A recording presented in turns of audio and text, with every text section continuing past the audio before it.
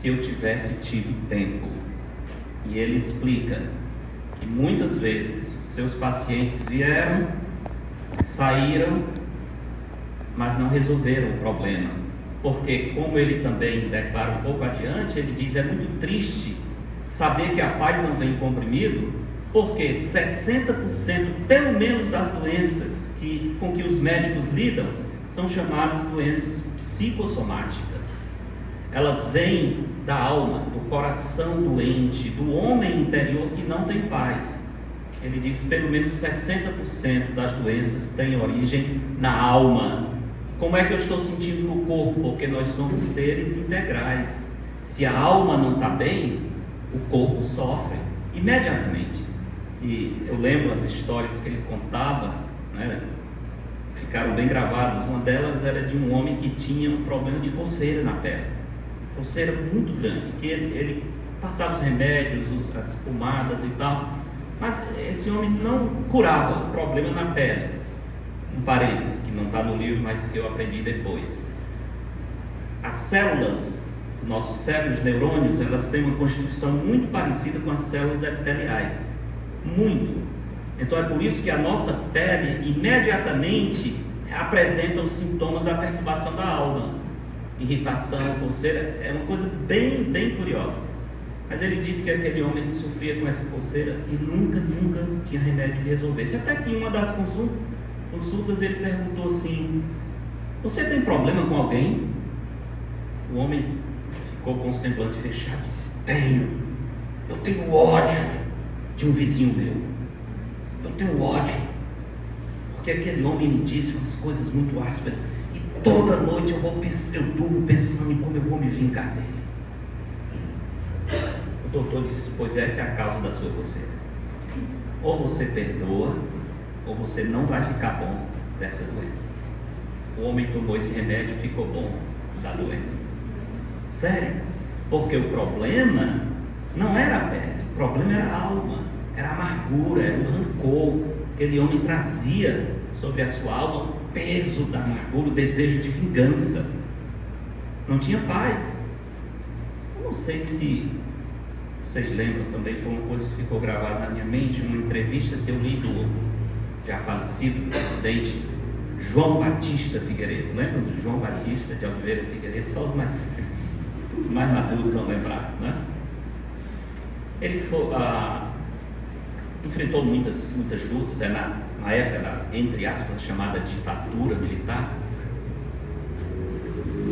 Foi publicada uma entrevista naquelas páginas amarelas da Veja, que o entrevistado perguntou a ele: o senhor tem alguma coisa que o senhor guarda, assim, que lhe perturba do tempo que o senhor foi presidente do Brasil? Ele disse: eu tenho na minha gaveta a lista de dezenas de pessoas que foram meus inimigos. Está lá na minha lista, e todo dia eu leio para sentir ódio deles. Uau. Ele morreu de ataque cardíaco. Talvez não tenha sido por outra causa, senão pelo ódio que todos os dias ele exercitava sobre os seus inimigos. Irmãos, nós vivemos em um mundo sem paz. E nós nunca vamos encontrar paz se a nossa alma estiver doente. O segredo da paz não está no comprimido, não está nas circunstâncias. O segredo da paz está na obediência ao Senhor. Muitas pessoas estão buscando paz sem encontrar. Agora, o Senhor diz: para o perverso não há paz. Mas a pergunta é: e para os que conhecem o Senhor? Por que tantas vezes, mesmo conhecendo o Evangelho, nós também não temos paz? Nós continuamos enfrentando crises de ansiedade, pânico, medo, ficando paralisados diante das circunstâncias. Por que nós também estamos sujeitos a sofrer essa crise terrível da falta de paz? A palavra do Senhor nos ajuda a responder isso. Afinal, quando o profeta Isaías antecipou a vinda do nosso Salvador Jesus Cristo, ele deu alguns títulos para Jesus. Lembra no capítulo 9 de Isaías, verso 6, ele diz: porque um menino nos nasceu, um filho se nos deu, o poder está sobre os seus ombros. E ele dá os nomes do menino, lembram? E o seu nome será, qual é o primeiro nome? Qual? Não, esse é o último. O primeiro é maravilhoso conselheiro, não são dois, tá? Porque geralmente diz assim, maravilhoso conselheiro, como se maravilhoso, não, é um adjetivo de conselheiro. Primeiro título é maravilhoso conselheiro, Deus forte, Pai da eternidade e príncipe da paz. É tão interessante que junta o Senhor como um maravilhoso conselheiro que nos dá a paz. O conselho do Senhor é o que traz a nossa paz. Ele é o maravilhoso conselheiro. A expressão a ideia é mais ou menos essa: veja que maravilha de conselheiro eu tenho. Ele nos dá a paz e é chamado príncipe da paz. Então, a resposta simples: como eu posso desfrutar da paz do Senhor? Nós vamos ler o texto de João 14, versos 1 a 4.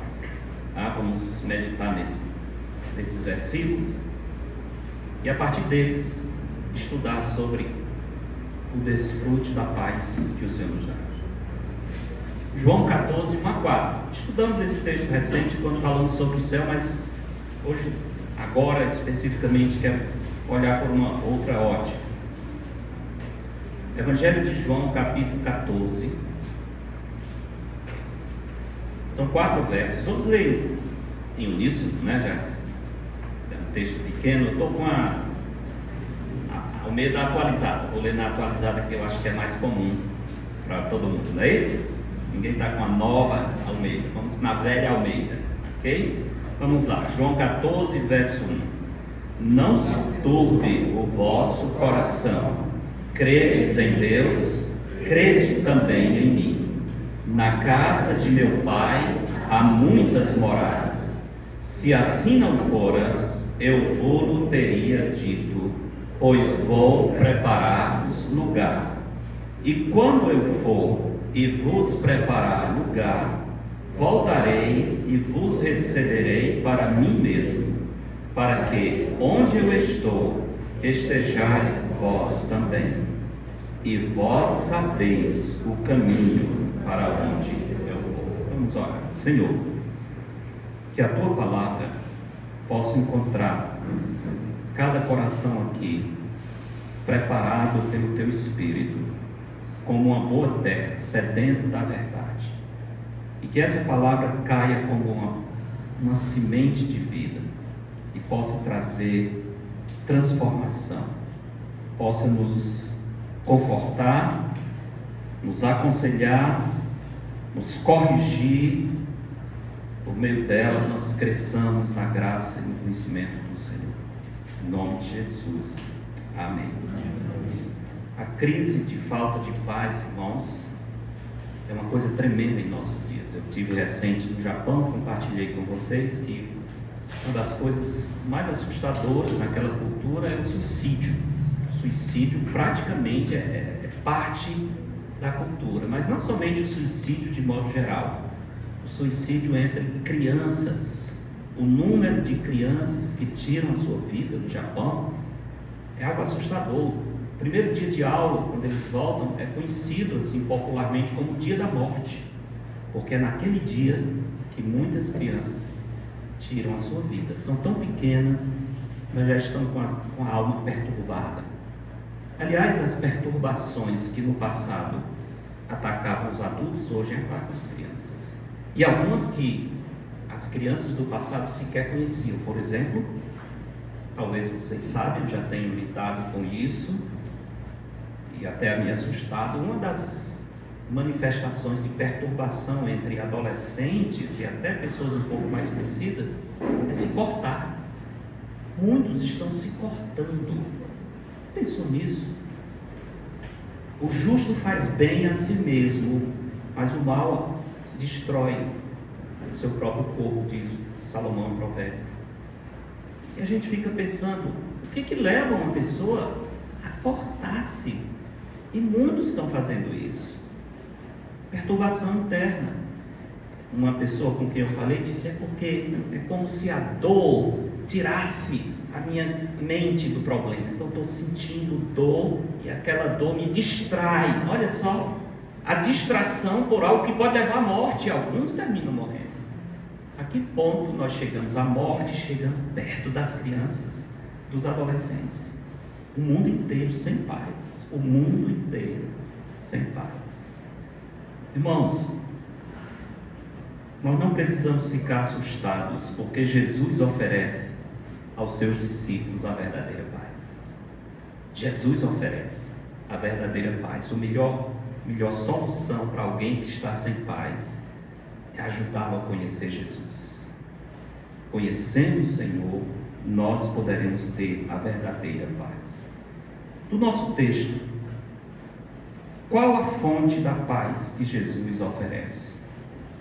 Jesus oferece essa paz por alguns meios. Em primeiro lugar, Jesus oferece a paz que vem da obediência ao Senhor. A paz que vem da obediência ao Senhor. Quando obedecemos, nós iniciamos uma caminhada de paz. A paz de Deus passa pela disposição para obedecer ao Senhor. Se nós não obedecemos àquele que é Senhor, Criador e Sustentador, como teremos paz e sossego na vida? Podemos passar uns dias ou outros, mais ou menos, mas se não estamos alinhados com o propósito daquele que nos criou para a sua glória, se não estamos obedecendo a Deus, o normal é sermos perturbados. O normal é ficarmos perto daquilo que leva à morte. Cristo nos oferece a paz que vem pela obediência. Primeira frase do nosso texto, o Senhor diz: não se turbe o quê? O vosso coração. Olha que coisa. Não se turbe o vosso coração. Vou fazer uma pergunta aqui. Deixa eu citar duas frases, depois vocês vão me dizer a diferença. Imagine a seguinte frase. Alguém diz assim: João, não fique perturbado. E outra pessoa diz assim: João não ficou perturbado. Qual a diferença entre essas duas frases? João não ficou perturbado e João não fique perturbado. Qual é a diferença? Uma é garantia e a outra é uma.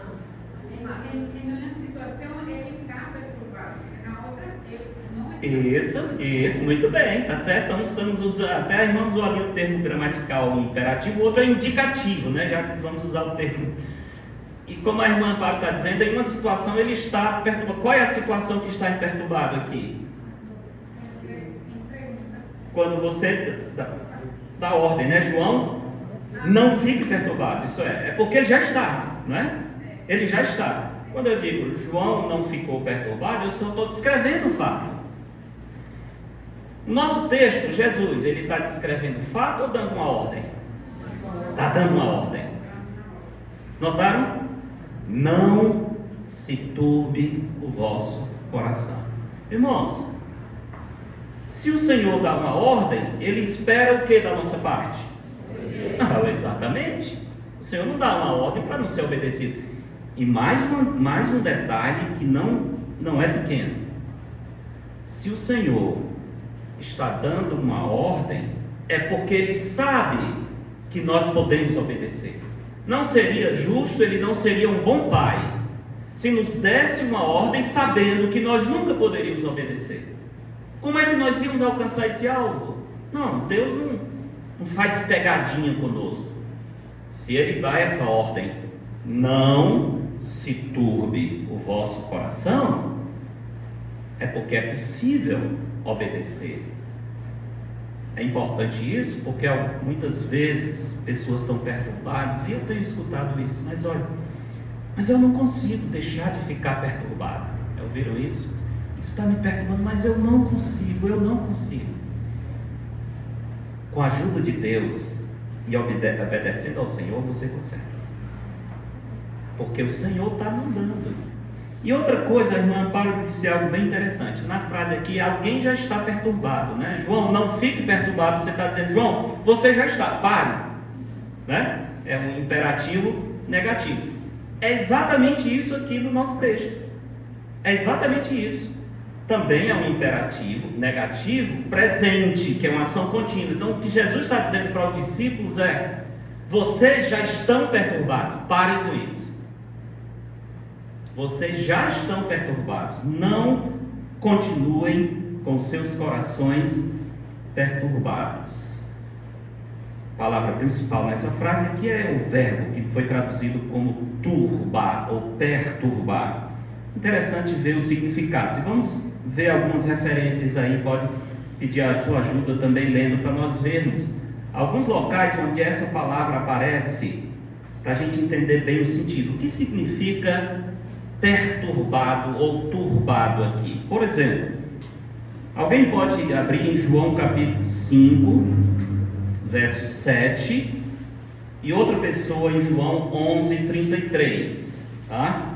Então, João 5, verso 7, e depois João 11, 33. João capítulo 5, verso 7, o que é que diz lá? Respondeu-lhe o filho: Senhor, não tem ninguém que põe no tanque quando a água é agitada. Ok, Senhor, desculpe, não estou dando. Pois enquanto eu vou, desce outro assim. Essa história aí é a história lá no tanque de Betesda, lembra? Aqueles paralíticos, doentes que ficavam ali, e tinha uma tradição de que em um certo momento um anjo descia, agitava as águas, e o primeiro que pulasse no tanque ficava curado, né? Tinha um homem lá há muitos anos que nunca conseguia, e na cabeça dele, porque a explicação dele é essa: eu não tenho quem me coloque no tanque quando a água é agitada. Nessa palavra aí, qual seria a palavra que é sinônimo de perturbado? Agitado, exatamente, é a mesma palavra. Aqui, lá em João 14:1 foi turbar, aqui foi agitar, mas no texto original é a mesma palavra. Então, quando Jesus diz: não se turbe o vosso coração, não se agite, não fique balançando. Essa palavra é utilizada também para descrever o efeito do vento em folhas em uma árvore, né? Quando o vento está passando, as árvores ficam balançando, ficam perturbadas, as folhas estão perturbadas, isso é, elas não conseguem ficar paradas, elas estão instáveis, porque o vento está causando esse movimento. E às vezes nosso coração está assim mesmo com as circunstâncias, está soprando e nós não conseguimos ficar parados, o coração está balançando, todo o tempo agitado, todo o tempo inquieto. Não se turbe o vosso coração, não se agite. Lembrando que eles já estão. Jesus está dizendo: parem de ficar agitados. Oh Senhor, como eu queria, né? Mas se o Senhor está mandando, Ele vai dar graça para isso. A outra referência foi João 11, 33. Quem pode ler? Quando Jesus viu que elas choravam e que os judeus que a acompanhavam também choravam, agitou-se no espírito e se comoveu. Ok, qual é a palavra aí que fala de perturbação? Agitou-se. Quem foi que agitou-se? Jesus. Jesus agitou-se. Você disse: mas como é que ele diz para não se agitar? E aqui ele agitou-se. Como é que você responderia? Jesus sabe o que significa ser agitado. Jesus experimentou agitação. Jesus sabe o que é sofrer um estresse muito grande. Sabe ou não sabe? Sabe. Teve algum momento em que ele sofreu um estresse muito grande? Na cruz, e um pouco antes da cruz, ali no jardim, né? No Getsemane, que ele disse que ele sofreu um estresse tão grande que chegou a... Isso é estresse, meu irmão, isso é estresse. Imagina, eu nunca vi na história alguém que sofreu um estresse tão grande que passou a suar gotas de sangue. Eu já li sobre a história de pessoas em guerra, na Segunda Guerra, que diante de uma situação em que um certo batalhão achou que ia ser exterminado pelo inimigo, estava aproximando e eles não tinham como se defender, os soldados ficaram com o cabelo branco de um dia para o outro. Eles ficaram com tanto medo que quando o dia amanheceu, eles estavam de cabelo branco. Já pensou nisso? Perturbação deixa o cabelo branco, viu? Sabia disso aí? Tá vendo, Júnior? Não se turbe o vosso coração. Não é só perturbação, é a idade também. Meu cabelo não está branco, não é por perturbação. Não, eu sei, Dona Conceição, mas só estou dizendo que o estresse também faz isso. É impressionante, tá? Jesus sofreu estresse? Sofreu estresse muito mais do que nós sofremos. Por que ele diz para os seus discípulos não se turbem? O que Jesus está dizendo não é que ele está dizendo para você nunca sofrer uma perturbação, porque muitas vezes está fora do nosso controle. O que ele está dizendo é o seguinte: não fique dominado pela perturbação, não fique preso no medo, porque as dificuldades virão, mas o problema é, nós vamos enfrentar essas dificuldades com fé, ou nós vamos ficar amarrados a ela? Elas vão nos determinar, vão nos identificar, e nós não vamos ter como sair dessa situação. Então é uma diferença aqui. O que é bom é saber que quando Jesus diz não se perturbe, ele sabe do que está falando. Ele está dizendo: eu sei o que é isso, eu sei o que é ser perseguido, eu sei o que é ser traído, eu sei o que é ser abandonado. É interessante, volte o nosso texto lá de João 14, porque Jesus está falando aqui com os discípulos, não é? E João 14 está depois de João 13, né? Dá para saber facilmente isso. Por que eu estou chamando a sua atenção para João 13? Porque João capítulo 13 é um momento muito especial, é a última ceia. Jesus está se despedindo dos seus discípulos e no final da sua fala, Jesus diz algo que perturbou os discípulos. Veja lá, por exemplo, capítulo 13, os versos finais desse capítulo. Por exemplo, 36, perguntou-lhe Simão Pedro: Senhor, para onde vais? Porque um pouco antes Jesus tinha dito para eles algo que deixou eles muito tristes, que foi: para onde eu vou, vocês não podem ir. Poxa, imagina o estresse desses discípulos. Como é isso?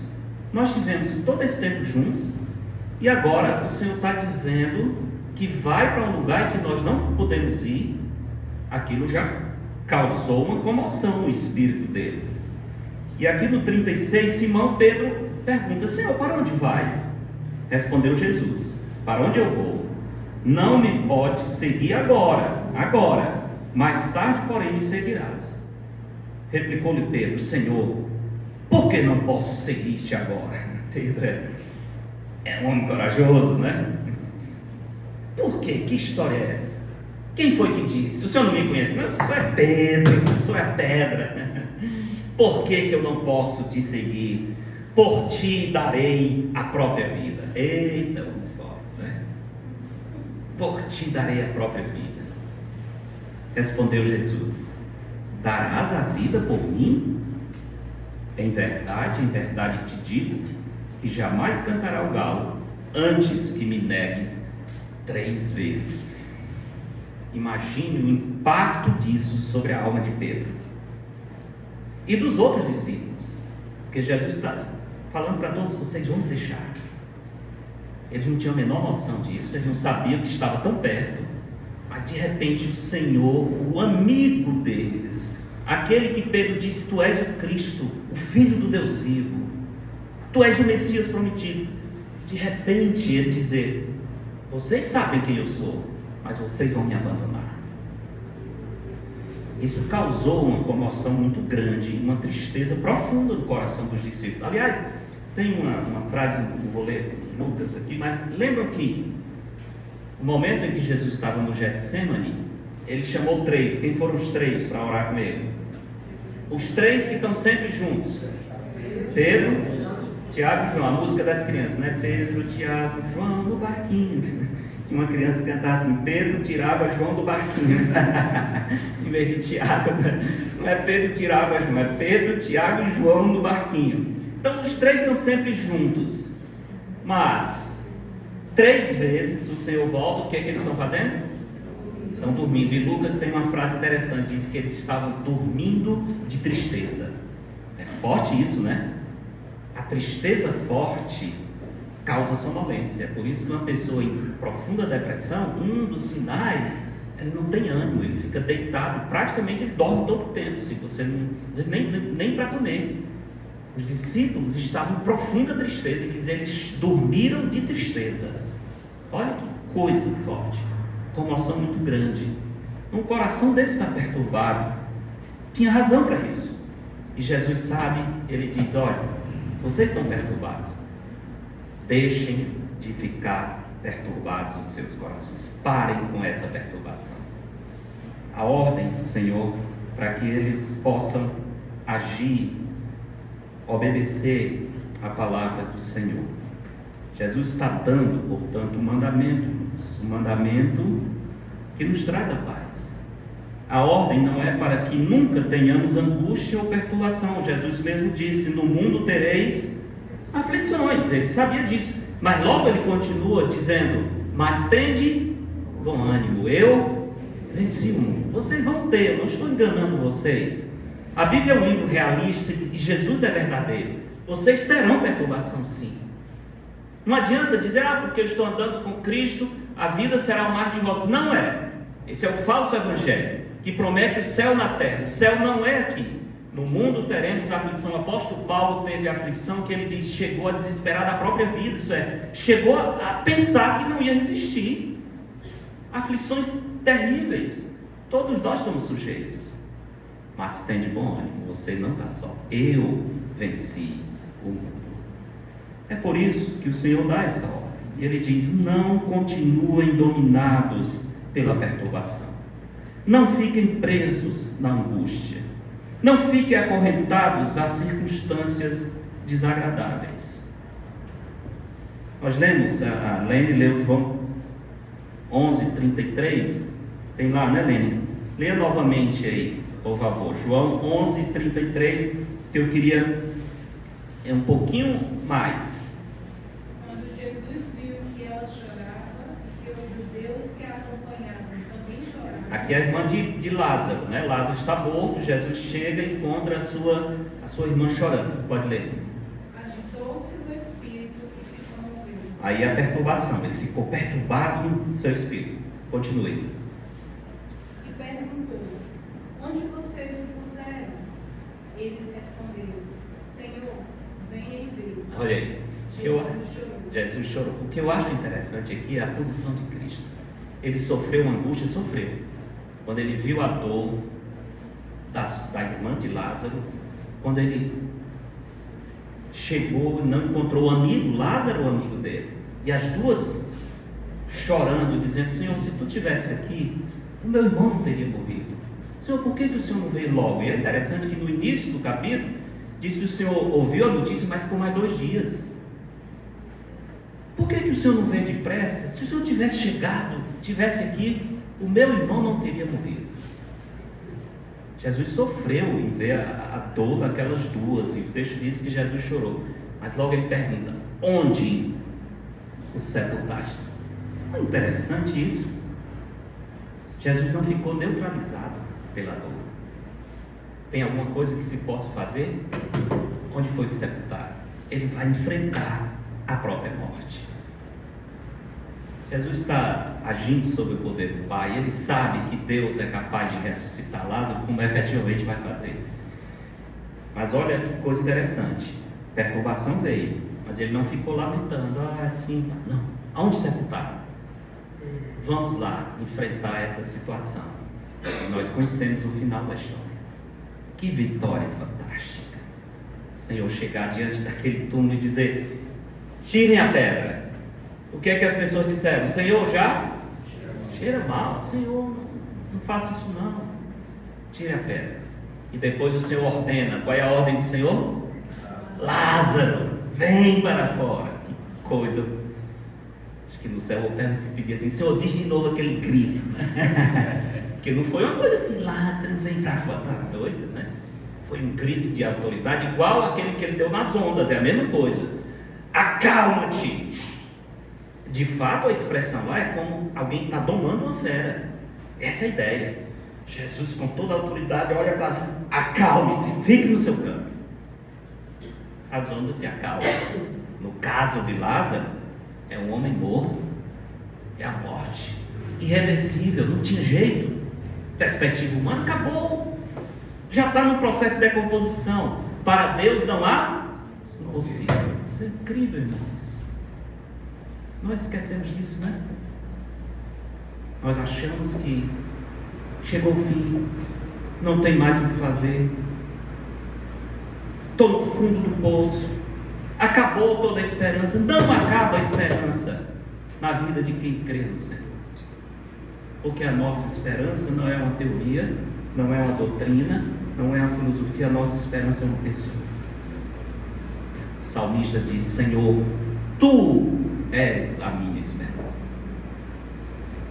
É uma pessoa, meus irmãos. Nós precisamos andar com Ele, conhecê-lo. Jesus sofre a perturbação, mas Ele não deixa que a situação domine.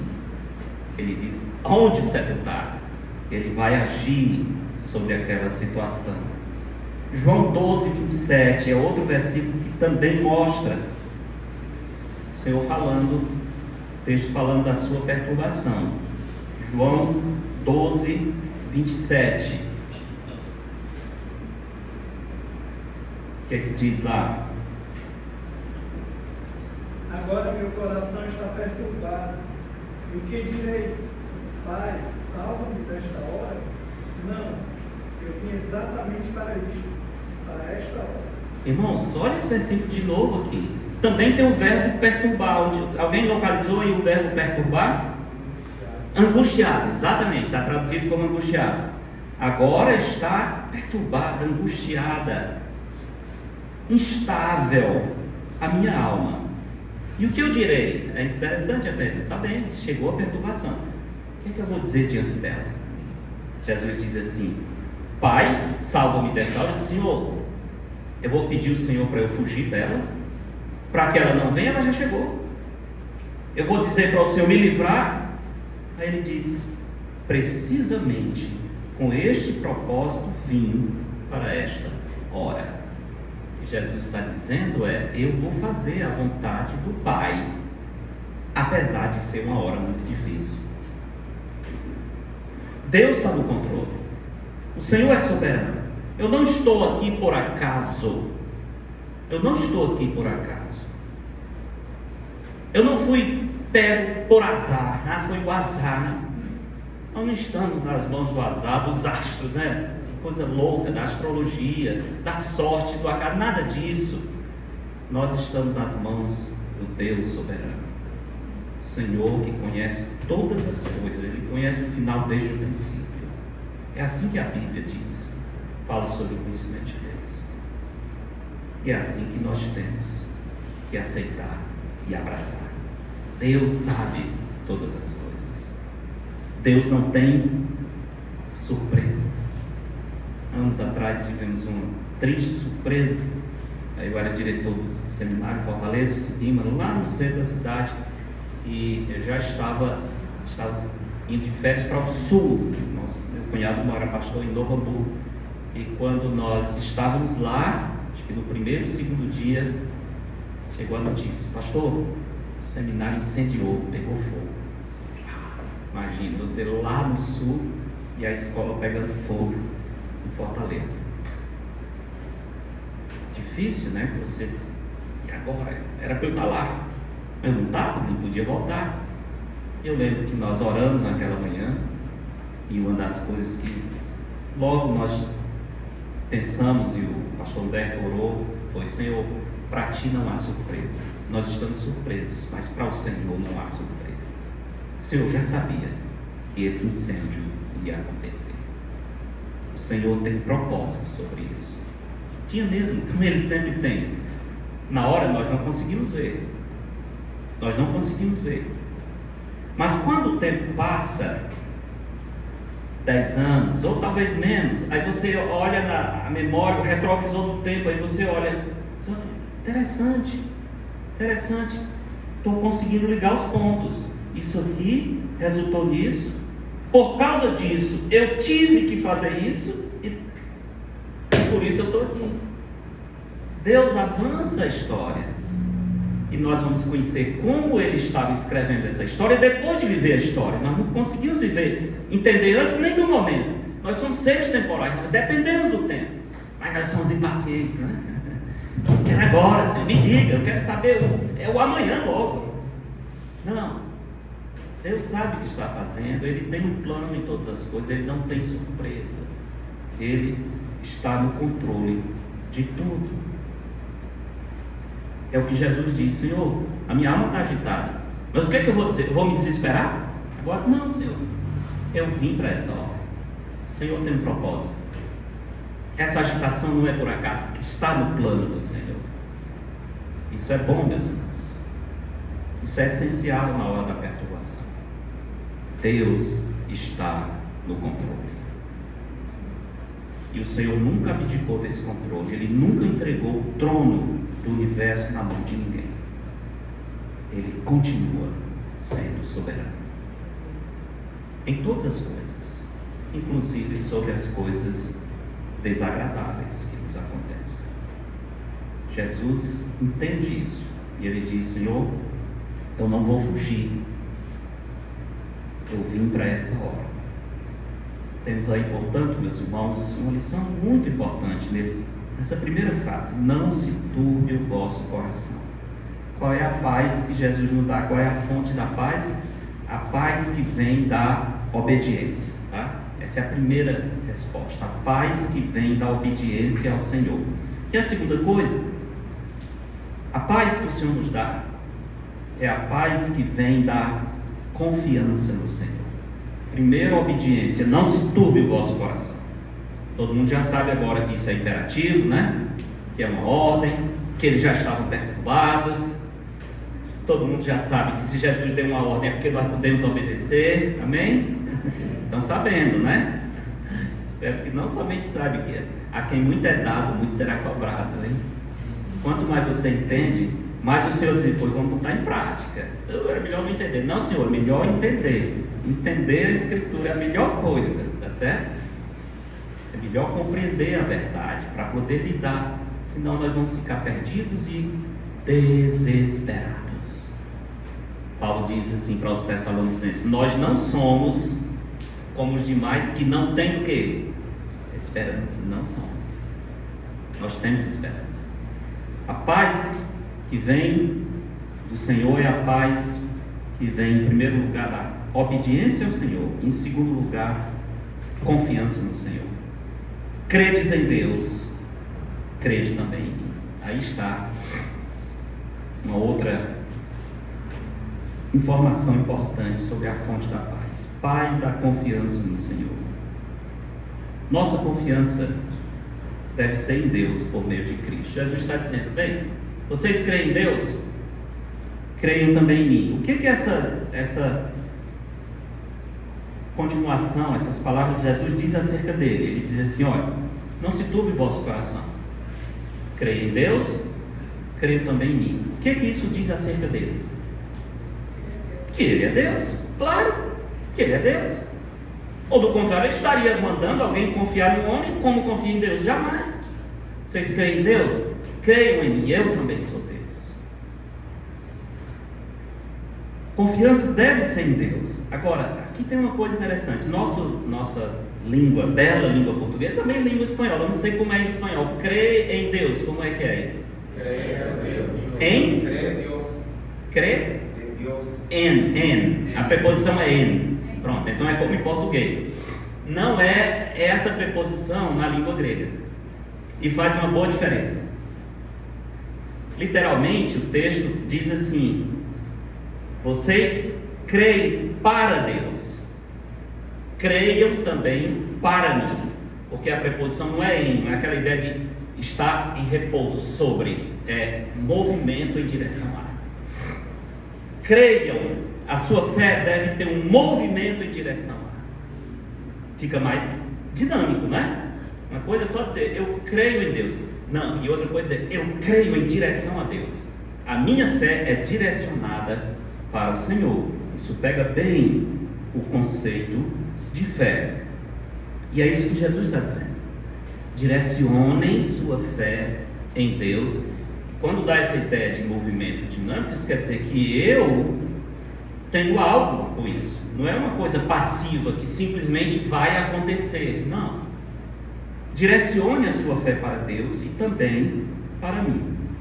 Nossa confiança no Senhor. Fé é confiar. Vamos lembrar disso, né? Assim, crer em Deus é a mesma coisa que dizer confia em Deus. Tá? Crer em Cristo é confiar em Cristo. Confiança, portanto, é resultado de uma decisão. De novo, imperativa, a ordem, né? Creio, Jesus está dizendo, obedeçam o que eu estou dizendo. Ah, se eu não creio, pois obedeça, creia, passe a crer. É um dever que você tem. Às vezes a gente pensa que fé é uma coisa passiva, meio mística, que vai acontecer ou eu vou confiar ou não. Não, Jesus diz, resolvam crer, resolvam confiar.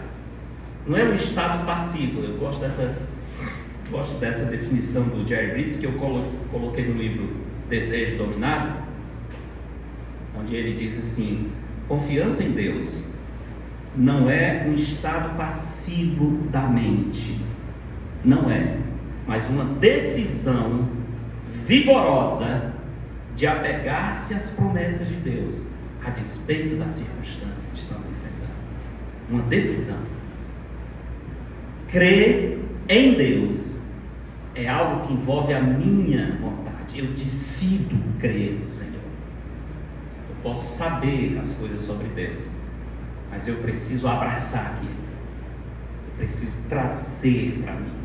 E quando a minha mente incrédula quiser fazer com que eu volte, você já resolvi, eu creio em Deus. Eu escolhi crer em Deus. Mas eu escolhi crer em Deus. E o que Deus diz é isso. Ah, mas eu estou tão sozinho. Mas Deus diz, nunca te deixarei. Nunca jamais te abandonarei. Mas ninguém quer você. Você que está dizendo. Mas Deus disse que nunca vai me abandonar. Mas você está abandonando. Eu decidi crer em Deus, não em você nem no meu coração. Deus disse que não vai me deixar. O Senhor é o meu pastor e nada me faltará. Ah, mas está faltando. Não, Senhor. Não, Senhor. Se eu não tenho, é porque eu não preciso. Deus, sendo o meu bom pastor, Ele vai dar o que eu preciso. Agrada-te do Senhor e Ele satisfará o desejo do teu coração. Ah, mas eu tenho muitos desejos que não foram satisfeitos. Agrade-se do Senhor e você ficará satisfeito dentro do seu coração. À medida que você se agrada de Deus, o seu coração descansa. E aquilo, eu posso não ter todas as coisas, mas se eu estou no Senhor, aquilo que eu não tenho não faz falta. O Senhor é o meu pastor e de nada sentirei falta. Essa é a ideia. Não é que eu vou ter tudo, é que o que eu não tiver não faz falta, porque eu tenho o Senhor. Amém? Está bem entendido isso, meus irmãos? Dá para dormir bem hoje? Eu espero, porque se não der, eu tenho mais o que fazer não. Estou esgotando aqui todas as minhas possibilidades. Então estou apresentando as promessas gloriosas do Senhor. Confiança no Senhor é uma decisão, meus irmãos, que nós tomamos. Quando estamos preocupados ou ansiosos quanto ao futuro, isso indica que nós estamos direcionando a nossa fé e a nossa confiança para outra pessoa, que não é o Senhor.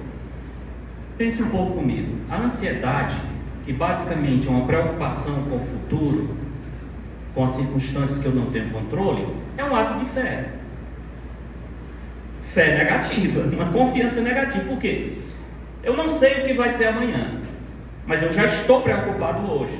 Se eu já estou preocupado hoje, é porque eu já estou confiando que amanhã eu vou ter o problema. Não é não?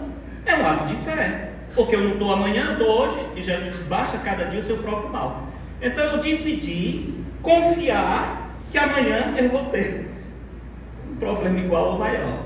Aí eu já estou sofrendo, porque eu coloquei a minha fé em outra pessoa. e não no Senhor. Geralmente no meu coração, na minha cabeça. E eu já estou crendo que amanhã eu vou enfrentar uma dificuldade que eu não tenho solução para ela. Aí eu fico preocupado. Não é o prefixo? Uma coisa é eu estar ocupado e outra coisa é eu estar preocupado. Eu estou ocupado antes.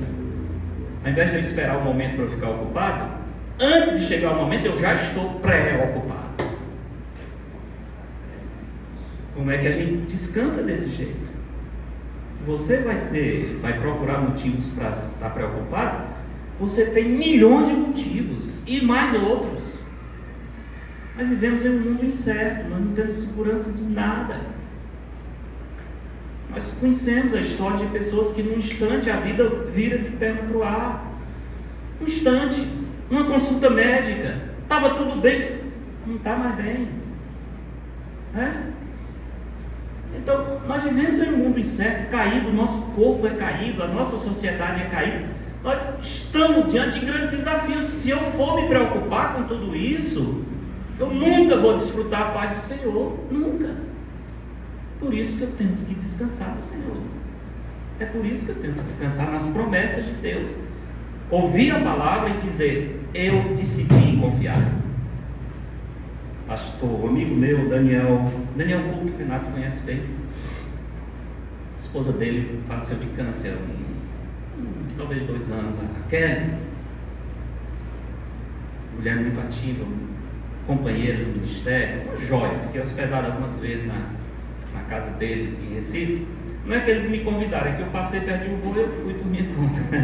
Mas me convidaram também. Como eu tenho essas possibilidades, eu tenho que ter amigo em todo canto, porque se der uma errada eu ligo, meu irmão, você está em casa? Eu tô, rapaz, que bom que você está em casa, vem me buscar. E isso aconteceu 2 vezes em Recife. E aí ele foi, não, vou buscar agora, se é para ser agora mesmo, porque eu estou com fome. Enfim, mas só para dizer, eu conheci bem, eu estive na casa deles. Ela é uma mulher hospitaleira, uma pessoa muito, muito amigável. Pegou um câncer de uma leucemia. Sofreu uns 11 meses talvez. Mas eu lembro no sofrimento, eles postavam, ficavam dando informações. Tinha uma frase que ela repetia sempre, ela e o Daniel: nós escolhemos a alegria. Sempre que fazia postagem dizia, nós escolhemos a alegria do Senhor. Isso é uma decisão nossa. Nós podemos deixar nos afundar nisso e ficar deprimidos, acabados, ou nós podemos decidir confiar no Senhor e escolher a alegria do Senhor. E até o último momento elas diziam isso, nós escolhemos a alegria. Não era uma pessoa que estava amargurada, lamentando, reclamando, não. Escolhemos nos alegrar no Senhor. Quando eu fico dominado pelo medo, é porque eu estou olhando para a minha capacidade de lidar com as adversidades. E eu vou terminar com esse texto, Mateus 14, 27, finalzinho de um texto muito interessante, vocês conhecem muito bem, mas que ilustra um pouco do que significa a nossa preocupação. Quando nos preocupamos, é porque nós estamos olhando as coisas pela nossa perspectiva de solucionar, a força que nós temos. Mateus 14, 27 diz assim, mas Jesus imediatamente lhe disse, falando com Pedro, onde é isso aqui? Jesus andando sobre o mar, lembra a história? E os discípulos remaram até umas 3 da manhã, Jesus ficou orando do outro lado, e Marcos diz que lá da montanha onde ele estava orando, ele viu os discípulos em dificuldade. Eu acho fantástico isso, né? Eles pensavam que estava sozinho, mas o texto diz, Jesus viu que eles estavam em dificuldade. Nós nunca estamos fora do olhar do Senhor. E o Senhor resolveu fazer uma graça, vir encontrar com eles, caminhando sobre as águas. Uma pessoa, qual foi a reação dos discípulos no barco? Medo, eles pensavam que era o quê?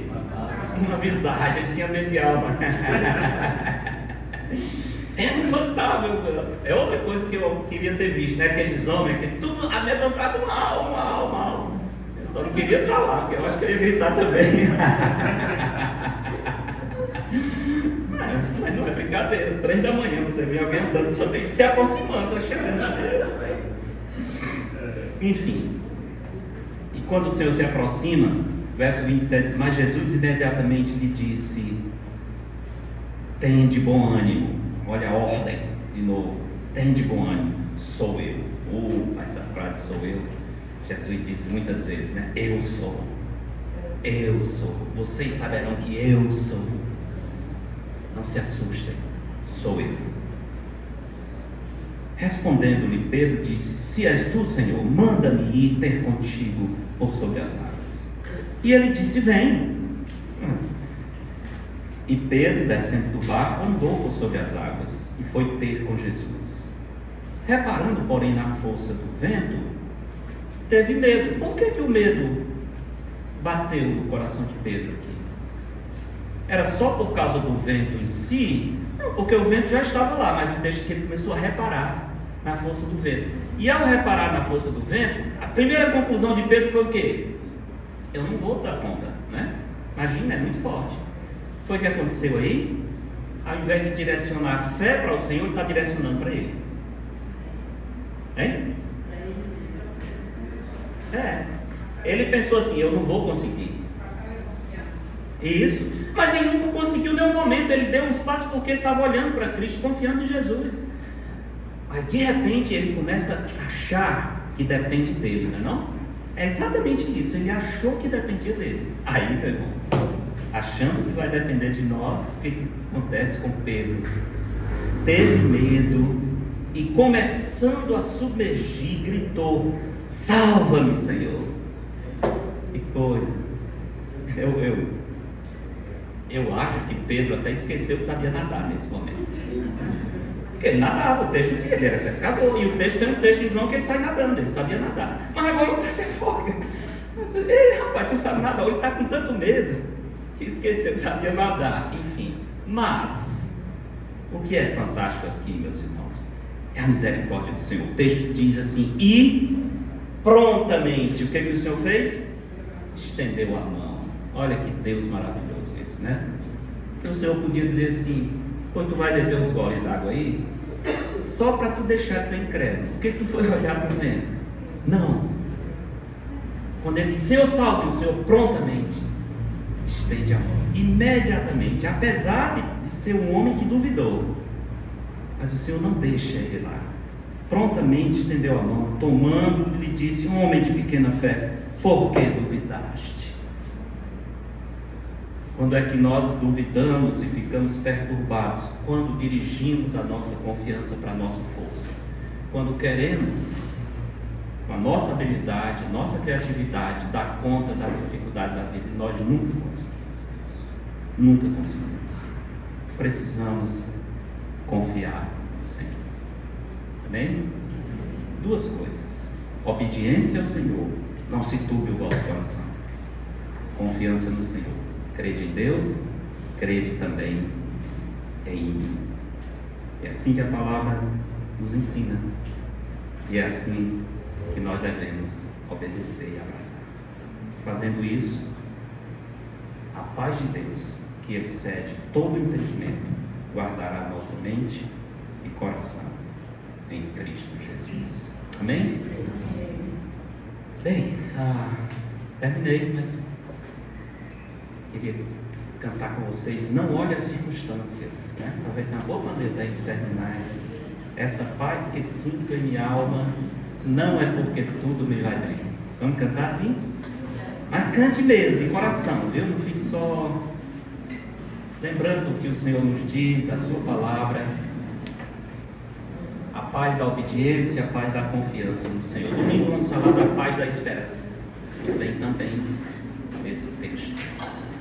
Essa paz que sinto em minha alma não é porque tudo me vai bem.